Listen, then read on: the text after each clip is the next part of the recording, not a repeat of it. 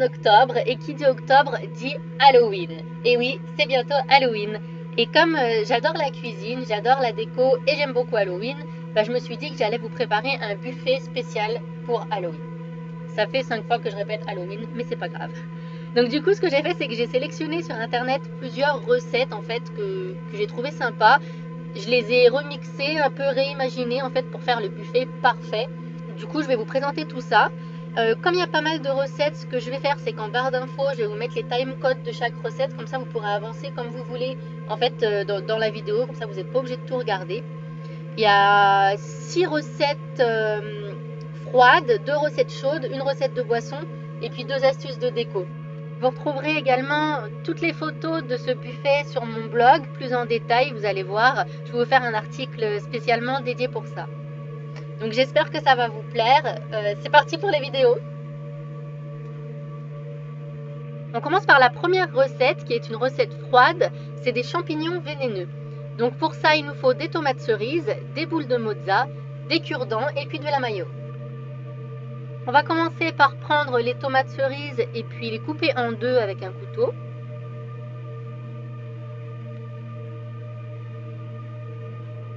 Donc vous en coupez autant que vous en avez besoin.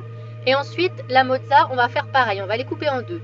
Mais ce que je fais, c'est que je vais couper aussi les côtés et puis le bas pour que ce soit bien droit. Parce que là, les petites boules de mozza, elles sont arrondies sur les côtés. Moi, je veux que ce soit droit pour que ça fasse le pied du champignon en fait. Ensuite, on prend des cure-dents et on les coupe en deux à l'aide d'un ciseau parce qu'ils sont trop grands. Et ensuite, on les recoupe encore un petit peu parce que pour ma part, ils sont encore trop grands. Donc, ce qu'il me faut, c'est 2 petits morceaux de bois.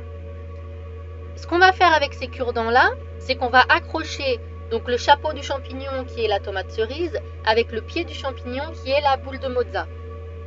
Donc, on plante le cure-dent dans la tomate cerise. Et ensuite, on plante la boule de mozza en dessous sur le cure-dent. Et voilà, ça nous fait un tout petit champignon tout mignon. Par contre, il faudra faire attention. Vos invités, le soir, prévenez-les bien qu'il y a des cure-dents à l'intérieur, hein, pour pas qu'ils s'étouffent avec ou quoi que ce soit. Ensuite, pour la présentation, ce que je fais, c'est que dans 2 petites assiettes, je vais mettre de la salade au fond. Donc là, c'est de la roquette, puisque pour moi, ça me fait bien penser à un sol de forêt. Et ensuite, on va venir déposer dedans tous les petits champignons.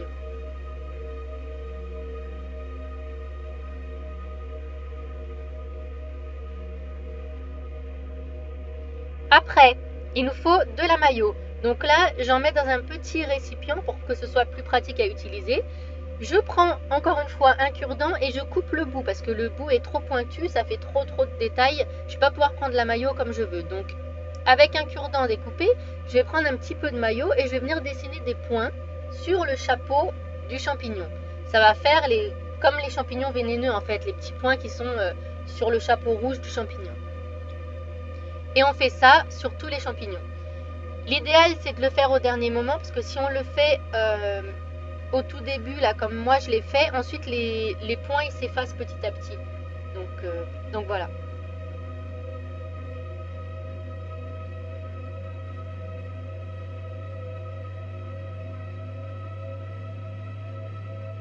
Et voilà ce que ça donne, des petits champignons vénéneux tout mignons.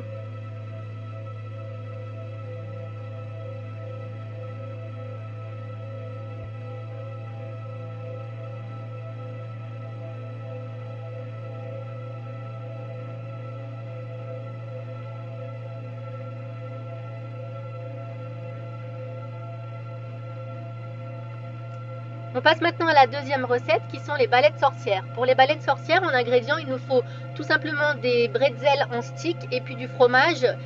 Ici, c'est des ficello parce que c'est super simple à effilocher justement, c'est le but de ces fromages-là. Donc ce que je fais, c'est que je prends un ficello et je le coupe en 4. Et puis, je vais effilocher tout le bout du ficello pour que ça ressemble à un balai. Donc ça prend un petit peu de temps, hein, mais c'est super facile à faire.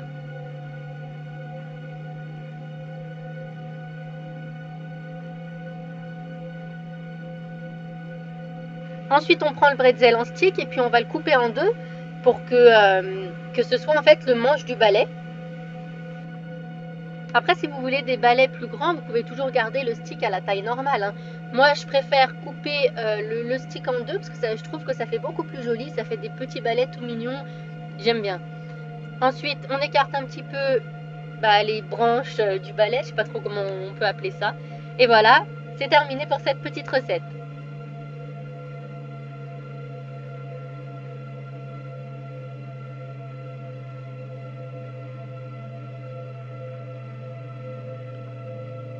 Troisième recette froide, les yeux humains. Donc pour cette recette, il nous faut juste des litchis, des grains de raisin noir et puis du coulis de framboise. Donc pas beaucoup d'ingrédients. Je vais commencer par mettre le coulis de framboise dans un petit récipient pour que ce soit plus simple à utiliser, comme tout à l'heure la mayo pour les petits champignons.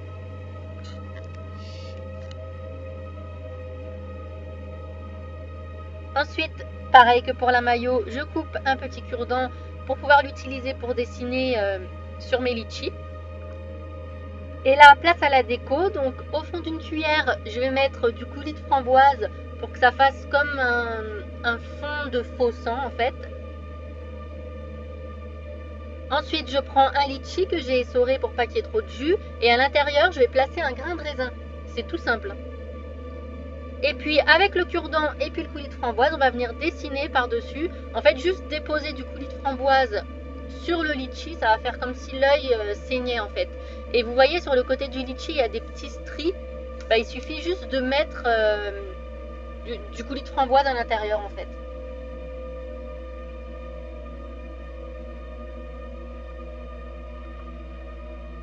Voilà encore une petite recette super rapide à réaliser.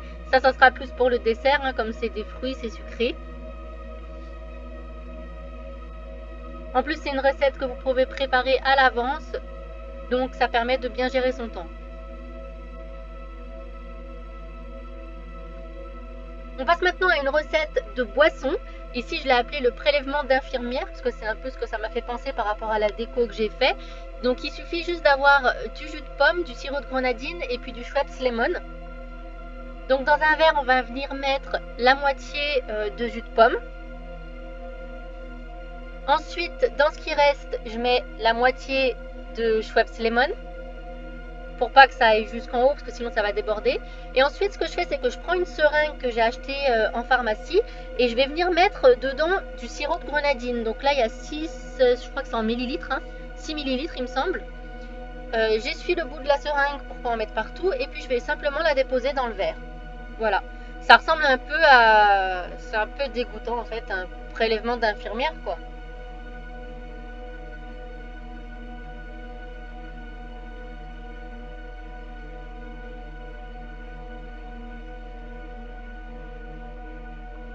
Recette suivante, c'est une recette de dessert et je l'ai appelée le terreau au ver de terre. Donc là, il nous faut tout simplement des crèmes dessert au chocolat, des Oreos et puis des bonbons en forme de ver de terre ou bien des Scooby-Doo. Vous allez voir comment je vais organiser ça. Donc on commence tout simplement par récupérer tout ce qui est gâteau de l'Oreo. On enlève la crème du milieu, on prend que le biscuit en fait. Donc ensuite la crème, vous pouvez faire autre chose avec ou la manger comme ça si vous aimez bien parce qu'on ne va pas la réutiliser. Ce qu'on veut maintenant, c'est transformer nos biscuits Oreo en miettes, que ça fasse en fait le terreau sur notre dessert. Donc il y a plusieurs techniques, soit vous mettez les biscuits dans un sac congélation, vous tapez dessus avec la main, ça va vous faire des gros morceaux en fait. Ou sinon vous tapez avec quelque chose d'autre comme une cuillère, une fourchette ou n'importe quoi. Là ça fait des morceaux un peu plus petits mais il y a toujours des gros morceaux, moi j'aime pas trop. Donc ce que je fais c'est que j'ai utilisé un mortier. Ça va faire vraiment des miettes toutes fines. Et ça va vraiment ressembler à de la terre. Ensuite, ce qu'on fait, c'est que dans un récipient, on va placer notre crème chocolat. Là, c'est tout simple, il n'y a vraiment rien à faire, hein. C'est juste transvider la crème dans un pot. Ensuite, on va placer par-dessus quelques cuillères de notre terreau, donc les miettes d'Oreo.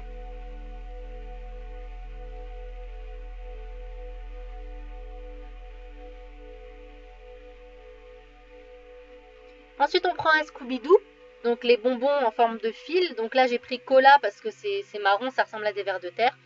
Et je vais le couper pour que ça fasse des petits vers de terre.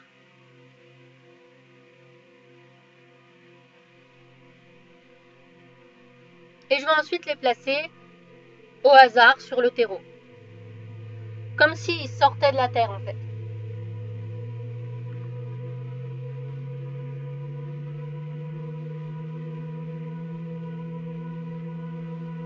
Et pour que ce soit un petit peu plus fun, j'ai mis aussi des petits vers de terre qui piquent. Ceux-là, ils sont plus mignons, ils sont plus jolis que les autres.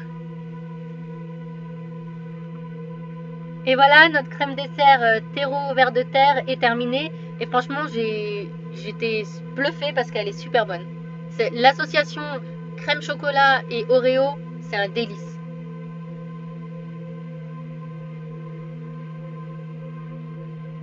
On passe maintenant aux recettes chaudes, donc celles qu'il va falloir faire au dernier moment. La première, c'est les bagels petits monstres. Donc pour ça, il va nous falloir des steaks, des tomates cerises, du pain bagel, des fromages fondus et puis du bacon. On va commencer par couper les bagels en deux. Tout simple. Comme un hamburger en fait. Ensuite, pareil, les steaks, on va les couper en deux parce que c'est des mini bagels. Vous pouvez très bien le faire avec des bagels de taille normale et puis garder votre steak entier. Sur le fond du bagel, on va mettre du ketchup, tartiné avec une petite cuillère. Ensuite, un petit peu de salade. Donc là, j'ai utilisé de la roquette comme j'en avais acheté pour les champignons vénéneux. Ensuite, une fois qu'on a fait cuire nos steaks, on vient le déposer tout simplement sur le bagel. Et puis, on va prendre une tranche de bacon qu'on va découper en 8. Pourquoi on va la découper en 8? Parce qu'en fait, ça va faire la langue du monstre. Donc, il faut que ça fasse des petits triangles. Donc, ces morceaux de bacon-là, on va les faire cuire. Enfin, juste les faire revenir à la poêle comme ça. Et une fois que c'est cuit, on vient le déposer sur le steak.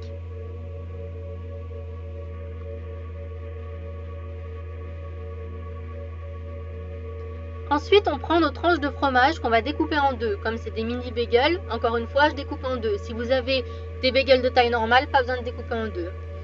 Et sur le côté, on va dessiner en fait les dents du monstre. Des petits triangles, tout simplement.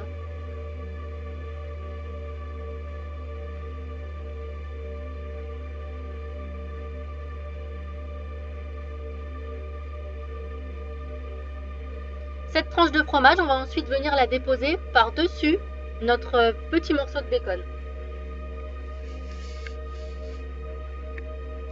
Ensuite, dernière étape, on vient mélanger un tout petit peu de mayo avec du ketchup dans un récipient.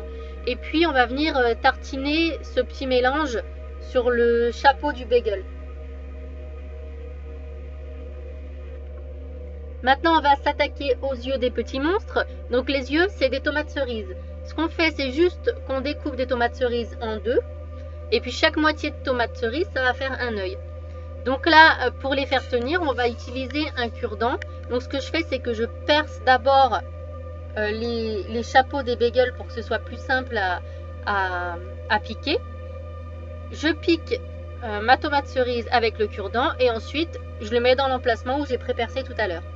Et voilà, ça fait l'œil du petit monstre. Pareil pour le deuxième. Donc pareil que pour les champignons vénéneux, n'oubliez pas de prévenir vos invités qu'il y a des cure-dents à l'intérieur, parce que ça peut être dangereux sinon.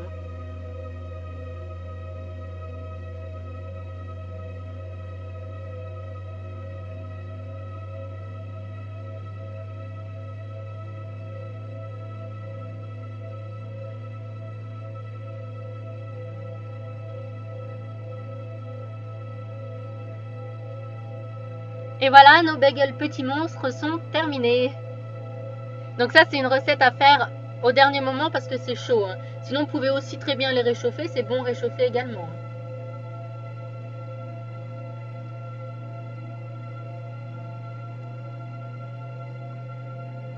Autre recette, le vomi de citrouille. Donc ça, c'est plus en apéro. Pour ça, il nous faut des avocats, du poivron, un oignon, des tomates cerises et puis bien sûr une citrouille pour la suite.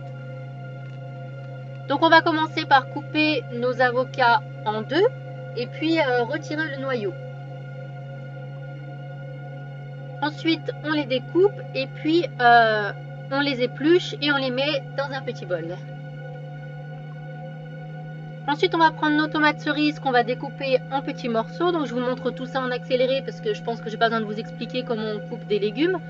Pareil avec le poivron, on va le découper en petits morceaux. Et ensuite, on fait la même chose avec l'oignon, on l'épluche, on le découpe en petits morceaux.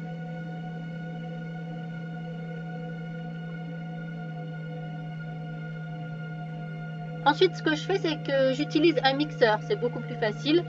Je vais mettre tous les ingrédients à l'intérieur et je vais mixer, ça va me faire mon mélange. Vous pouvez très bien le faire à la fourchette, écraser votre avocat.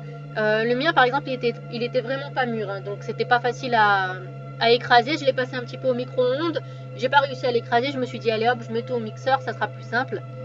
Ensuite, là, si vous mettez trop de poivron, votre mélange va devenir plutôt orange. Donc pensez à ajouter un petit peu de colorant vert si vous voulez que ce soit vert. J'ajoute également un petit peu de jus de citron. Je ferme et je mixe.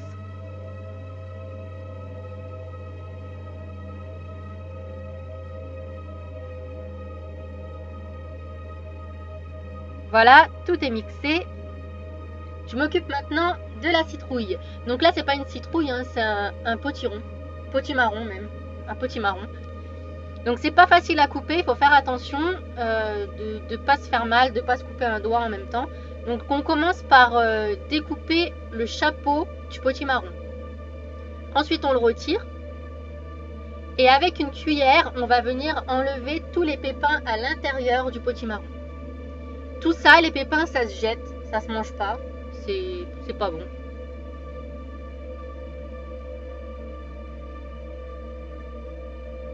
Une fois qu'on l'a entièrement vidé, on pense également à retirer les pépins du chapeau.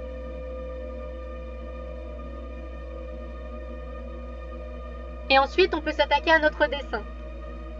Donc là, avec un stylo, il faut simplement dessiner sur le potimarron les yeux de votre citrouille et puis la bouche, comme vous le voulez en fait. Il y a beaucoup de modèles sur internet, vous allez voir, vous pouvez vous inspirer.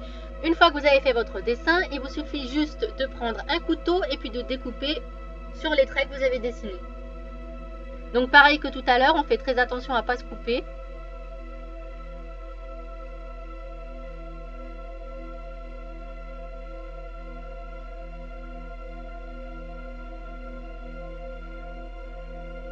Voilà, ensuite ce que je fais, c'est qu'avec le couteau, je vais un peu racler l'intérieur pour que ce soit lisse, que ce soit bien joli. Et je fais pareil ensuite pour l'autre œil et puis pour la bouche.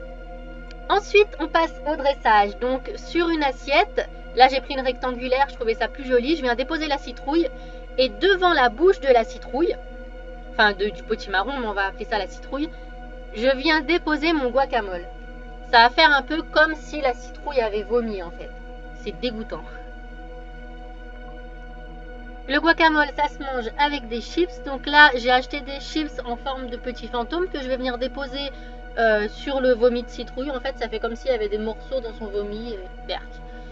Et ensuite, à côté, je vais venir déposer un autre bol avec plein de chips pour pouvoir les tremper dedans.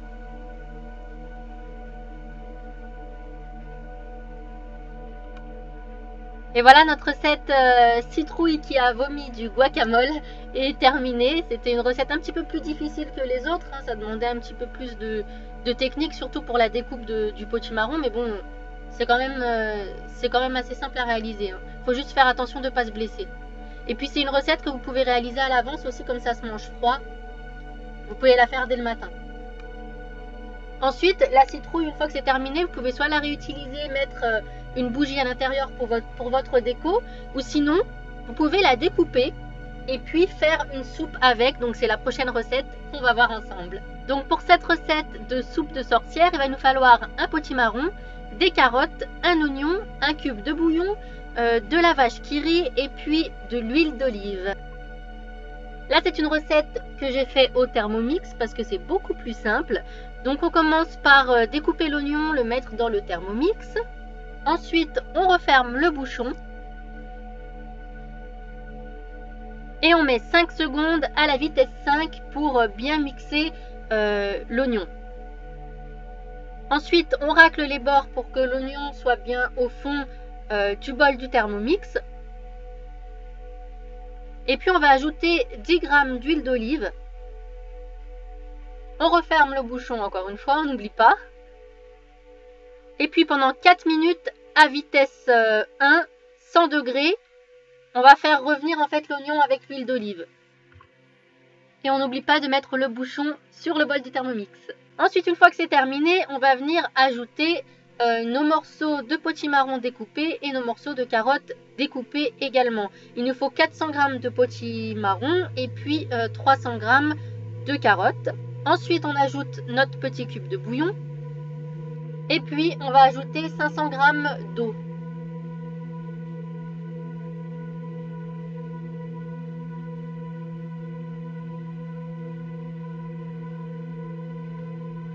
Et là, on va mettre 25 minutes à 100 degrés en vitesse 1 pour que ça cuise bien tout ensemble. On va aussi ajouter un petit peu de sel et un petit peu de poivre pour assaisonner le tout.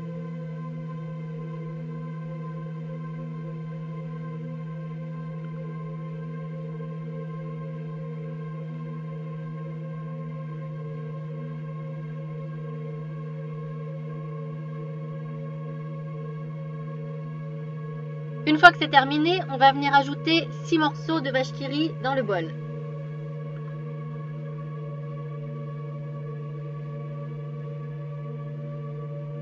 On remet le bouchon.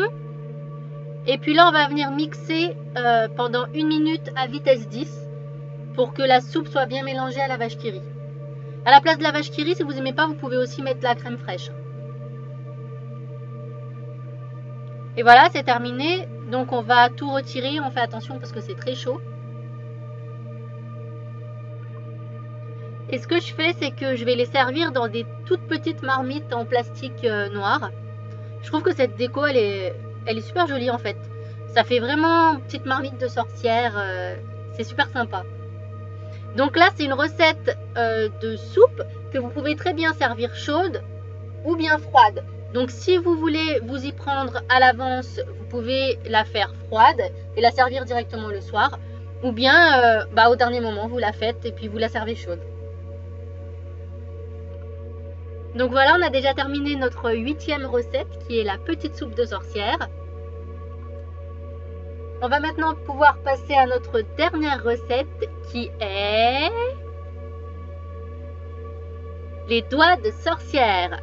Donc pour cette recette, il va nous falloir une pâte brisée, de la sauce tomate, du fromage de chèvre plutôt frais et puis des amandes effilées. Là, c'est comme la soupe, c'est une recette que vous pouvez servir soit froide, soit chaude. Donc à vous de vous organiser comme vous voulez. Donc on commence par prendre la pâte brisée et la dérouler. Donc là, c'est super simple. Il n'y a vraiment rien de compliqué, rien de technique. Et puis on va découper les deux côtés pour que ça fasse un peu un rectangle.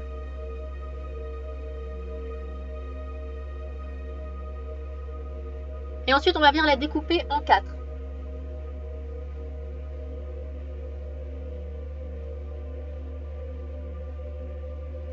Ensuite, ce qu'il faut faire, c'est tartiner de la sauce tomate sur le fond de la pâte.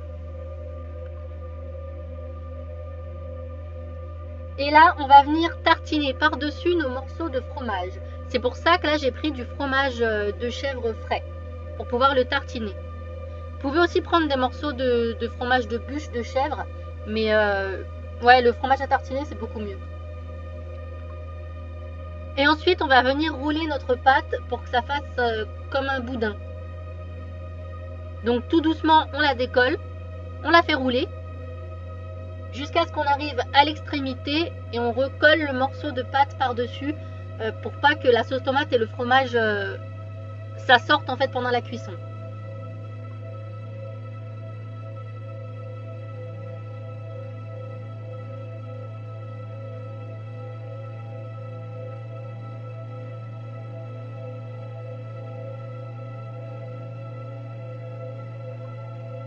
Bon là par exemple j'ai mis un petit peu trop de sauce tomate et un petit peu trop de fromage donc ça a débordé, j'enlève le surplus avec un couteau. Mais l'important c'est vraiment que la pâte soit bien collée pour pas que ça déborde pendant la cuisson. Ensuite donc le petit boudin je vais venir le rouler pour que ça fasse un boudin, enfin un vrai cylindre quoi. C'est pas grave s'il n'est pas vraiment parfait parce que de toute façon des doigts de sorcière c'est pas des cylindres parfaits. Donc ensuite, ce qu'on fait, c'est qu'on va le découper en forme de doigt. Et pareil, on recolle la pâte pour pas que ça déborde. On obtient alors un petit doigt de sorcière et on va venir coller l'ongle au bout. C'est simplement déposer un morceau d'amande effilée sur le bout de la pâte. On le plante dedans pour pas qu'il sorte. Et puis avec un couteau, on va venir dessiner les stries qu'il y a sur les doigts. Et voilà ce que ça donne. On fait pareil avec tout le reste de la pâte. Donc voilà, on plante les ongles et puis on va venir ensuite dessiner les stries des doigts.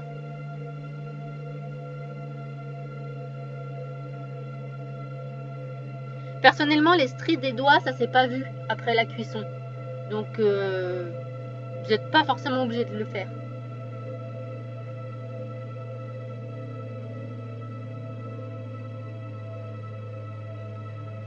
Et ensuite, on place le tout au four pendant 15 minutes à 180 degrés.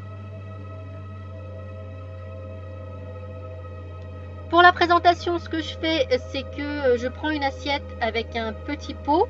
Dans le petit pot, je vais mettre de la sauce tomate. Ça va faire un peu comme du sang, du faux sang. Et tout autour, je vais venir déposer les doigts de la sorcière. Ce qui fait qu'on va pouvoir prendre le doigt de sorcière, le tremper dans la sauce tomate et le manger comme ça. Et vous pouvez très bien le manger froid ou bien le manger chaud. C'est aussi bon l'un que l'autre. Donc voilà, cette dernière recette est terminée.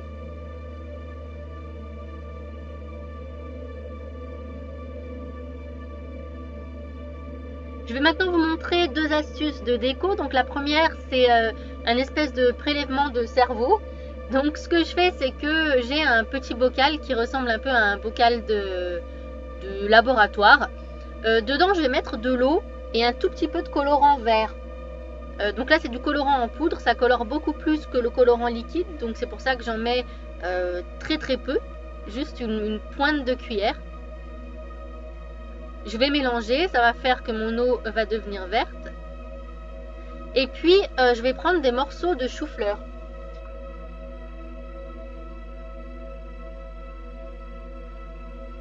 Donc, on découpe des morceaux de chou-fleur, on enlève la tige à l'arrière et ça forme un morceau de cerveau. On va simplement les déposer dans l'eau et puis placer le bouchon et c'est tout.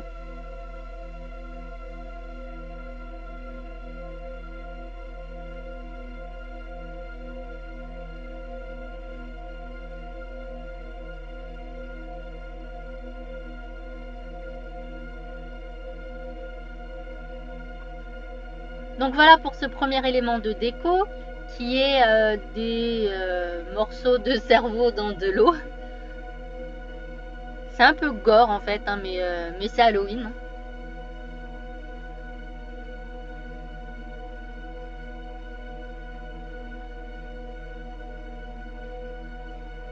Et puis deuxième élément de déco, c'est les bougies ensanglantées. Donc là, ce qu'il va nous falloir, c'est simplement des bougies blanches et puis une petite bougie rouge. Ce qu'il faut faire, c'est allumer la petite bougie rouge et puis faire couler tout doucement la cire tout le long de la bougie blanche. Du coup, la cire de la bougie rouge va couler sur la bougie blanche et puis ça va faire comme s'il y avait du sang qui avait dégouliné en fait tout le long de la bougie.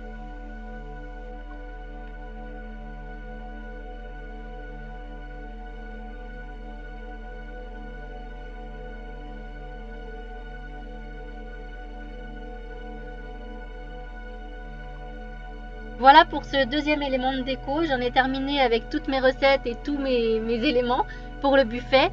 J'espère que ça vous a plu et puis à bientôt pour de nouvelles vidéos.